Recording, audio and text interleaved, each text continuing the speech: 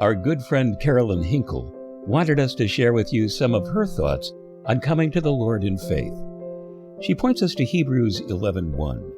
Now faith is the substance of things hoped for, the evidence of things not seen. Today she views faith through the eyes of the leper, as she writes, my name doesn't really matter. What matters is what happened to me. I was a leper. Do you know what that means? Understand, you don't have much of that around in this day and time. And you've even got a fancy new name for it, Hansen's disease.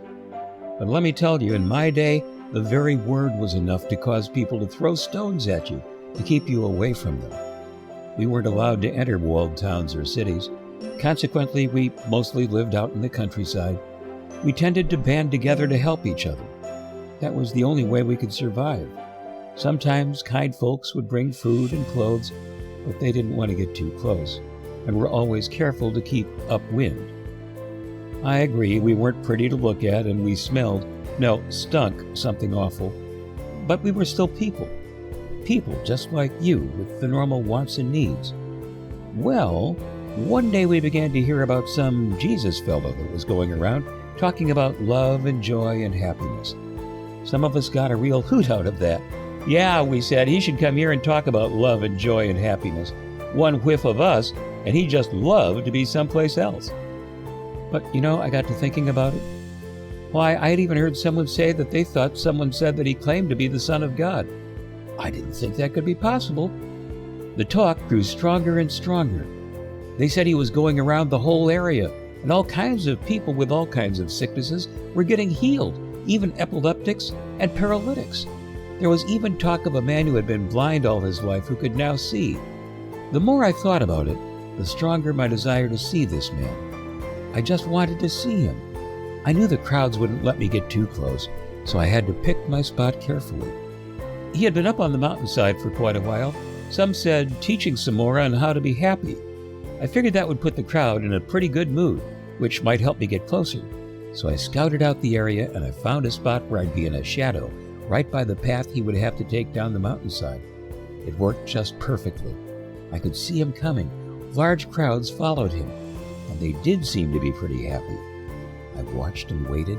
He got closer and closer, and the closer he got, a strange feeling, a conviction came over me. There was just something about him. I can't really describe it, but I began to think he really might be able to heal people. He really might be the Son of God. He came even closer, and the next thing I knew, I was kneeling before him in an attitude of worship and saying, Lord, if you're willing, you can make me clean. And strangely, at that moment, I believed what I was saying with all my heart. Stranger still, he didn't kick me away or throw up at the sight and smell of me. He reached out his hand and touched me and said, I am willing. Be clean. I can't even begin to describe what happened to me at that moment. It was like a sharp heat, a tingling, like a sensation you feel sometimes when you're close to lightning. All I know is I was having strange sensations all over my body. In the middle of all this man, Jesus, was instructing me not to tell anyone what had happened to me, but to show myself to the priests and offer the gift of one who had been cured of leprosy as commanded by Moses. Hardly believing it myself, I did as I was told. Don't ask me how or why, but all signs of leprosy left my body completely. Talk about a changed life. I had given up hope. How did I have enough faith to do that? Jump out before him in the middle of all those people? I really can't say. It just seemed to build up of its own accord.